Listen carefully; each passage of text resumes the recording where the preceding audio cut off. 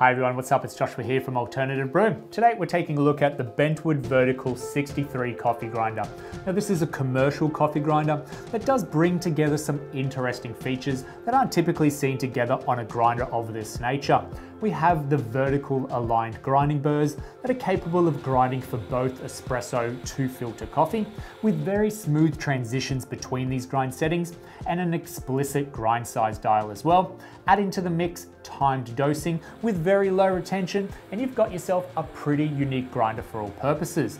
But the cafe that would benefit from this sort of grinder the most is most likely running a lighter style of roasted coffee, or perhaps even an omni roast on a busy espresso bar, and then serving those same beans as an espresso, but also filtered coffee. Now, you can shop the Bentwood 63 from this link up above, but stay with me now as we do further investigate why this grinder does offer something unique to the grinding market. Starting from the top of the grinder, the Bentwood 63 uses a bean hopper with a capacity of 700 grams. This is a bit small for a busy cafe, but would suit a small to medium volume. Now there is a shut-off valve on the hopper as well, so you can remove the beans at the end of the shift, which is normal practice to keeping those beans as fresh as possible, or if you're wanting to single dose your beans one dose at a time into the grinder. And as the name suggests, the Bentwood grinds with vertically aligned 63mm flat burrs. These burrs spin at 1400 RPMs and are powered by a 660 watt motor that's well ventilated, and it's exceedingly fast to grind out a 20 gram espresso grind in just under 5.5 seconds. Now, where most flat burr grinders use horizontally lying burrs, there's not that many grinders that use vertical burrs with horizontally fed beans. And the benefits to this style of setup are characterized by low retention and the ability to align the burrs perfectly to each other, as they do run parallel to the drive shaft of the motor. And with well-aligned burrs, you'll expect to be able to lower the grind size distribution, so less fines and boulders in your dose, and this results in a more transparent and cleaner cup of coffee. So to change the grind on the Bentwood 63, it's done quite intuitively using the large sliding ring on the front of the grinder's face. It's a very smooth action in adjusting the grind dial, and you'll have a clear indication of what grind size you're using, as the Bentwood 63's dial displays the exact grind size in microns for you. And this is great as it does introduce that universal reference point when we do start talking about grind sizes, and this might help across multiple cafes that are using the same grinder, or you could be looking to replicate a brew method that refers to a particular grind size, and it'll even be more noticeable when the burrs do start to wear, as it's no longer an ambiguous number that we don't take much notice of, but that actual reference point that's real and useful to all styles of brewing coffee. Now, typically espresso grinding is going to be found between 80 microns to 200 microns, and your mocha pot brewing would be in the range of 250 microns and upwards. Filter brewing, and especially some pour overs, use anything from 250 microns all the way up to 700 microns. And within this range, you'll also discover the brewers such as the AeroPress, the Delta Coffee Press, Chemex and other filter brewers there, and also automatic batch brewing, as well as French press and cold brewing at that coarser end. And each one of those brewers will have a respective grind size range that would best suit it to brew the best coffee from them. Now, moving down to the front of the Bentwood's display, there are two timed dosing programs as well as a manual grinding option, and you can cycle through the fairly basic menu, setting up each of those timed doses by 1/10 of a second.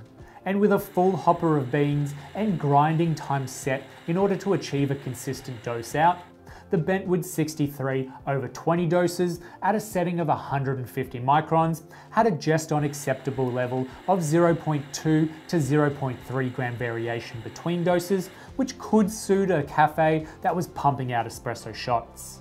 Now, I was a little bit disappointed in the programming of the Bentwood, as you can't have these preset buttons to grind under 2 seconds, which would be handy, say if you wanted to program one of those buttons to be used as a top-up to an underdosed portafilter. The manual button, this is a press to start and press to stop action, so you do end up getting more than you wish in the basket that way too.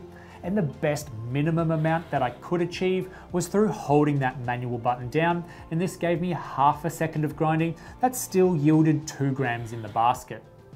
Looking further at the retention and the static of the Bentwood, while static seemed to be no issue at all, there was some initial retention in the grinder of about 5 to 10 grams of coffee, and this settled down after putting that first kilogram of coffee through. It was lost to those little nooks and crannies in the burr chamber, and this is common with most grinders.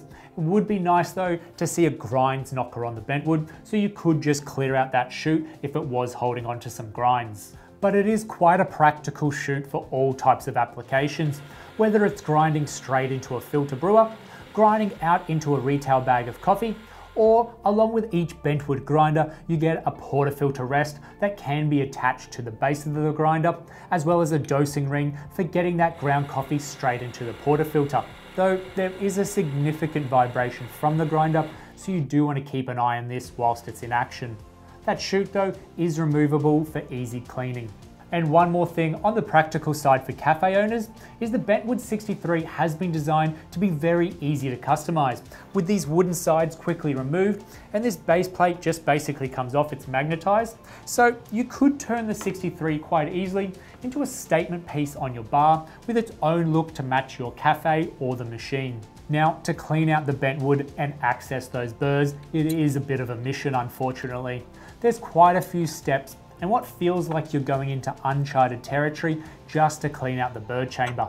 It's not something that I would look forward to on a daily basis, but it could be done on a weekly clean with some downtime. And that's the Bentwood 63 vertical coffee grinder for you. Now, coming into this review, it was hard not to get expectations high on whether this was going to be the grinder competing against an EK43 grinder in the market.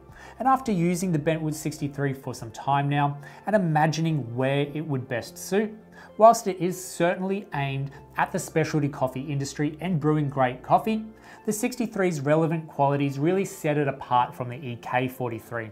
What they have in common is fast, accurate grinding across filter and espresso brewing, but where the EK43 is that ideal single dosing grinder with high precision and incredibly low retention, it's not often used as your main espresso grinder. So it would be worthwhile looking at what that main espresso grinder is paired alongside an EK43.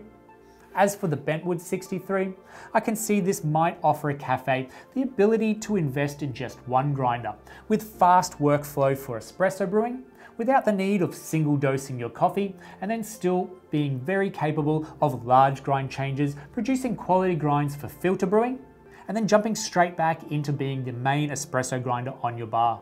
So if you have any questions on the Bentwood 63, throw them in the comment section down below and we'll get straight back to you. Don't forget to hit that little bell icon and the subscribe button on your screen, and then that way you stay notified when we bring out new videos just like this every week. And if you've enjoyed this video, hit the thumbs up. Thanks for watching and we'll see you next time.